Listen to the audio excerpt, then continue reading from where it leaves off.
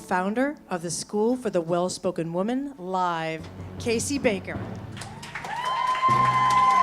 Let's get up. Let's get up. Let's get up. It's time to dance, ladies. That's right. It's time to dance for all the ladies of this world who have something to say. That's right, because it's time, isn't it? And we can't do it alone. We need our girlfriends. We need each other. That's right.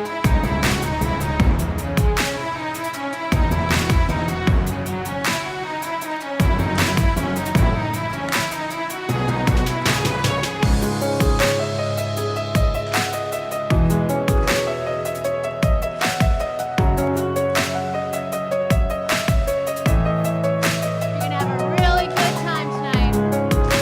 Welcome to the School for the Well-Spoken Woman Live. Thank you. All right.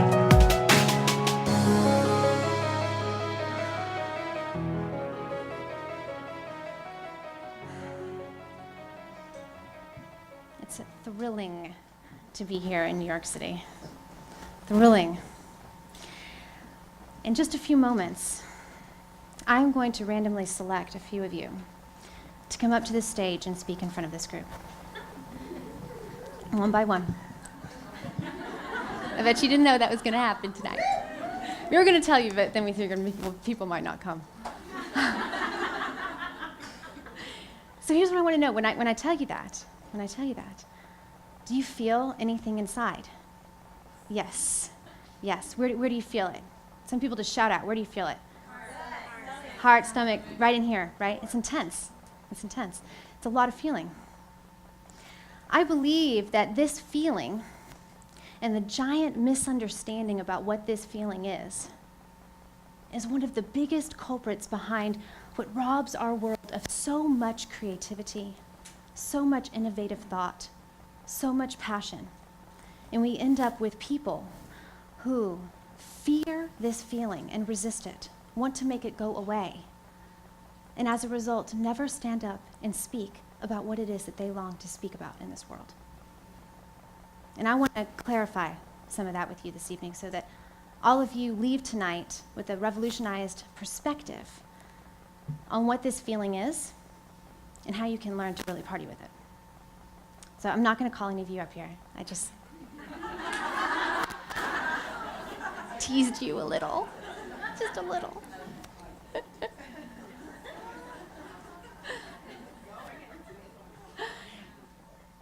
Now, I have a sense that I know a little bit about this crowd a little bit. Obviously not, most of you not intimately or personally, but I have a feeling that if you're here tonight because of who the women are that are here speaking and what their messages are about and what I'm about, that you're a woman who cares very deeply about this world and about the future of our world. You probably very much value health and well-being, and you really know that you are here to contribute and make a difference.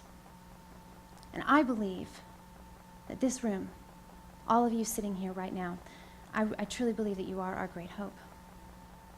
We are at a time in our world where there are some really formidable challenges facing how we, as a species, are living here on this planet, and our challenges in learning how to do so sanely and with health in mind. And I believe that all of you and the burning message that lives inside of you is the key, is the very thing that our world needs in order to move into a reality in which we are living here and thriving in this world in harmony with one another and this planet. And I want to be an absolute stand that every single one of you feel total freedom in your life to stand up and speak what it is that you must say to this world. Now, these women who are coming up here to speak tonight, they have been through such a journey for the last 8 weeks. They came to me with, many of them, a tremendous fear to get out here tonight and speak to you. but a burning desire that was actually greater than that fear to do so. And they have, for the last 8 weeks, been going through the intensely creative, challenging, beautiful process of making art out of their message and designing a talk so that they can gift it to you tonight, have their talk filmed, be able to spread it through the amazing thing, which is the World Wide Web. So in hopes that they can touch and inspire other people out there to contemplate the ideas that they have to share, knowing that for some, it will make an enormous difference in their life. Some of them have had huge fear. Some of them have felt they knew what they wanted to say, but there was a lack of clarity about how do I say it? How do I really put this together? And there has been laughter, there has been frustration, there have been tears. There has been so much care. And I'm thrilled that these women are going to come out here tonight and gift you what is truly the work of art that is their voice and their message. But the fear piece is a huge one. And it's one that we've dealt with a lot. And I want to speak to you directly about this. If you feel anything in the shape of fear, nervousness, those pre-stage jitters, for some people it's just total terror. Let's talk about that, because I want you to come tonight and leave feeling free around that. Here's the perspective that I see about what that is. I really see that it is a huge misunderstanding, this thing that we call the fear of public speaking. Because when I mentioned to some of you, well, all of you, that you were going to come up here and speak, some of you shouted out, "Oh, I feel it in my heart. I feel it right here." There's something right here. It's like even just the possibility that you got to come up and be in front of a group of people and be on, it like flips something on inside of you. It flips something on. There's literally like a little switch that gets switched on. I want to share with you my perspective about what this is, and let's look at it from just a pure energetic standpoint for just a moment. So here I am standing in front of about 140 absolutely gorgeous women, and all of your eyes and your ears are focused just on me. That's a pretty intense thing, right? Your presence, your attention, your energy is all completely focused right here on my little 5'5" person. And that's a lot. In order for me to be able to effectively and powerfully have my words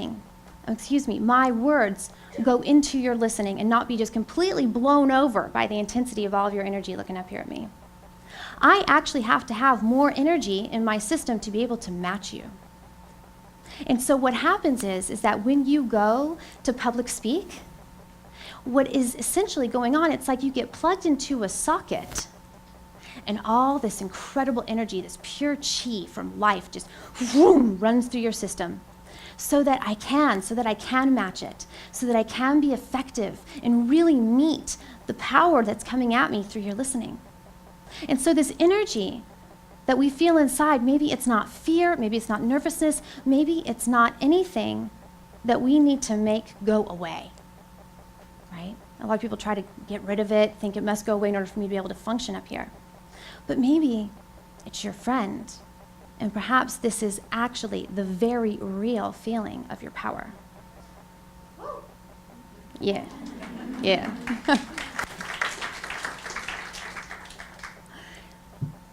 And so the opportunity is to say yes to it when it comes on.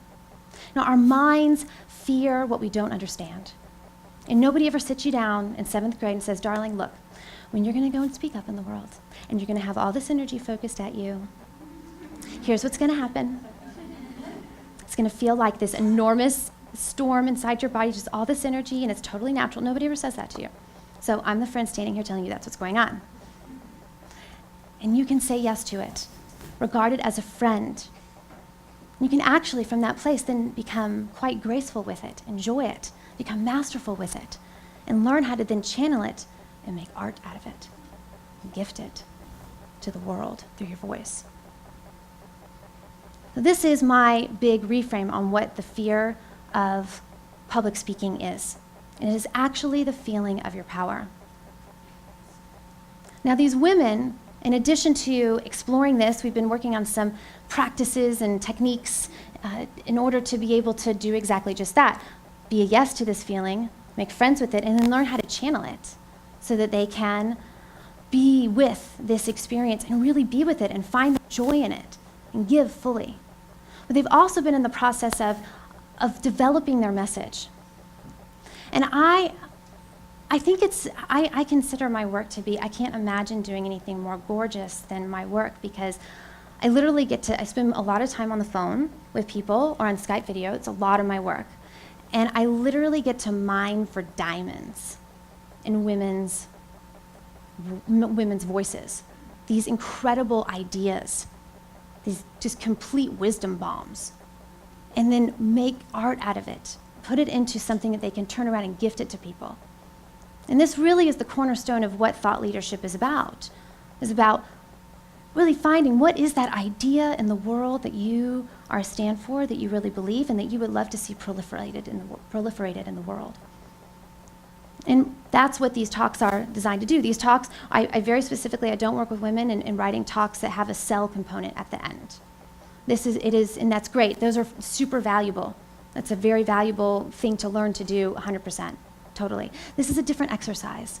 This is crafting something that is just in and of itself solely a gift. And it's all about the idea that's spread from it. And constructed in such a way so that it's actually then possible for other people who hear it are able to turn around and share that idea with other people. So I encourage you tonight, if you find yourself struck by something that a woman says, an idea or a piece of her story or something like this, to write it down and tweet it out, share it with the world. Now, one thing you will notice, there's actually, unfortunately, no self-service down here. So, yes, we realized that too, a little late. But what you can do is in the notes section of your phone, you can just write a little note to yourself and then go upstairs and tweet it later during intermission. Have fun with that. Be generous with the ideas that you learned this evening. Now, I asked these women, what would be the audience of your dreams? And really, you know, it's interesting, most people have this thing before they come up to speak. We have this perception that perhaps the audience is just waiting to judge us. And that's this big fear. That's generally what a lot of people are consumed with before they come out to speak on the public stage. Oh my gosh, will I do okay? Are people gonna love me? Am I gonna screw it up? Well, what will they think? What if all my friends leave me? What if I completely am stupid? This whole thing. And I call this, I call it a very innocent narcissism. It's all about you and how it's gonna be perceived with how people are gonna perceive you. There's really two ways to see the audience when you come out. You can either fear them or you can love them. And that is part of what we've been talking about, is how do they relate to you?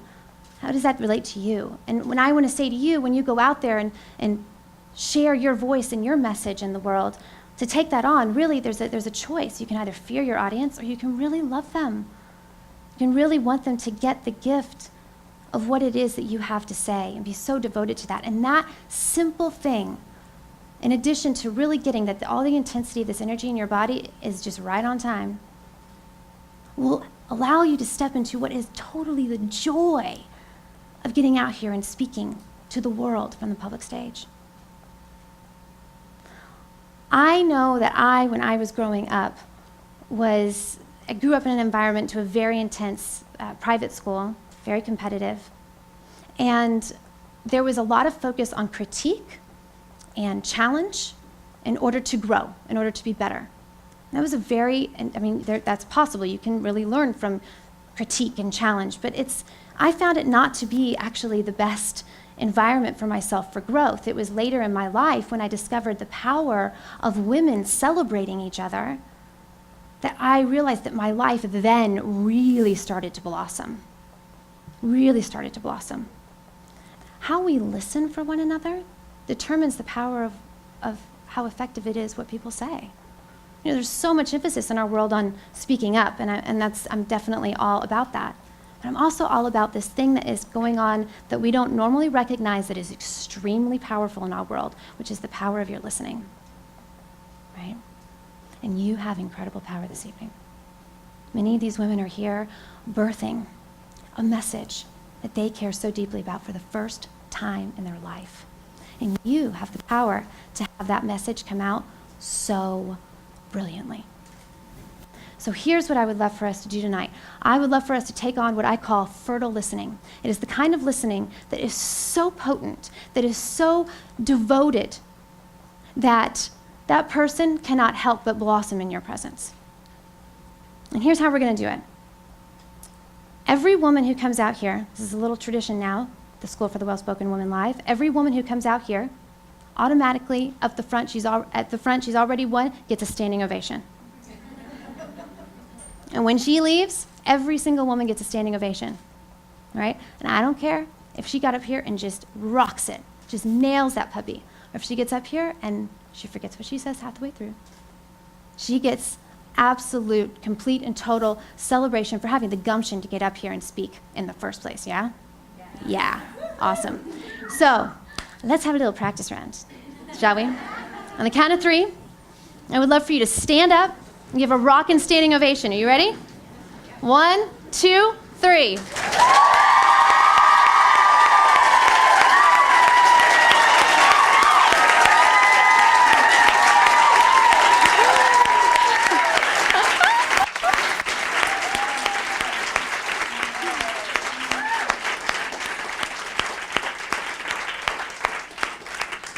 Well done. That was intense. It was great. All right, thank you. Awesome.